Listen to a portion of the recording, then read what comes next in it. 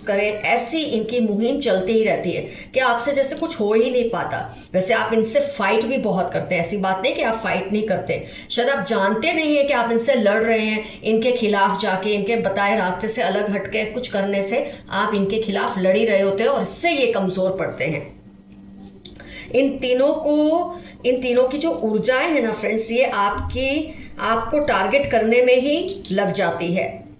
आपके ऊपर मिसफॉर्च्यून्स आए, इसके लिए ये कुछ ना कुछ करते ही रहते हैं। आपके मन में इतने डाउट्स खुद के लिए डाल देते हैं कि आप खुद को ही स्पिरिचुअली अटैक करने लग जाते हैं। आपने नोटिस किया होगा पास्ट में कि आप खुद को ही स्पिरिचुअली वीक समझने लगते हैं। तो जब इंसान खुद को स्पिरिचुअली वीक समझने लगता है, इसका मतलब उसके अंदर कितने डाउट्स क्रिएट किए गए हैं और ये सारे डाउट्स इनकी वजह से ही आपके दिल में आए थे।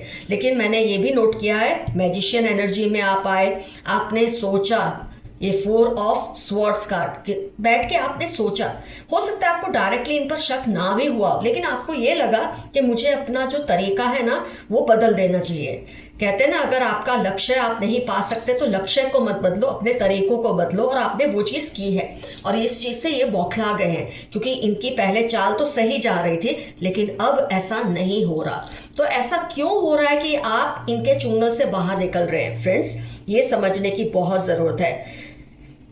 मुझसे ये नहीं होगा, मैं ये सही नहीं कर रहा, नहीं कर रही, मतलब ऐसे ख्याल इनकी वजह से आपके दिल में आते रहते हैं। लेकिन उसके बावजूद आज आप अपने पाँव पे खड़े हैं, आज आप सेहतमंद हो, आप सोच समझ सकते हो गलत क्या है, सही क्या है, आप ये डिफरेंस फील कर सकते हो, क्योंकि आपके पूर्वजों की ताकतवर जो ऊर्जाएं है ना, ताकतवर, आपके आसपास ही रहती हैं।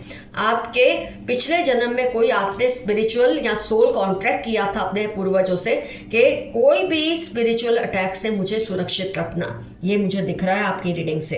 तो वो भी अपना वादा निभा रहे हैं क्योंकि आपने उनसे कॉन्ट्रैक्ट किया। और जब इंसान ऐसा कॉन्ट्रैक्ट कर लेता है ना, सोल कॉन्ट्रैक्ट, तो कोई कितना भी ताकतवर, उसका स्पिरिचुअल अटैक, उसका ये जो घात होता है ना, ये आपको लगता ही नहीं।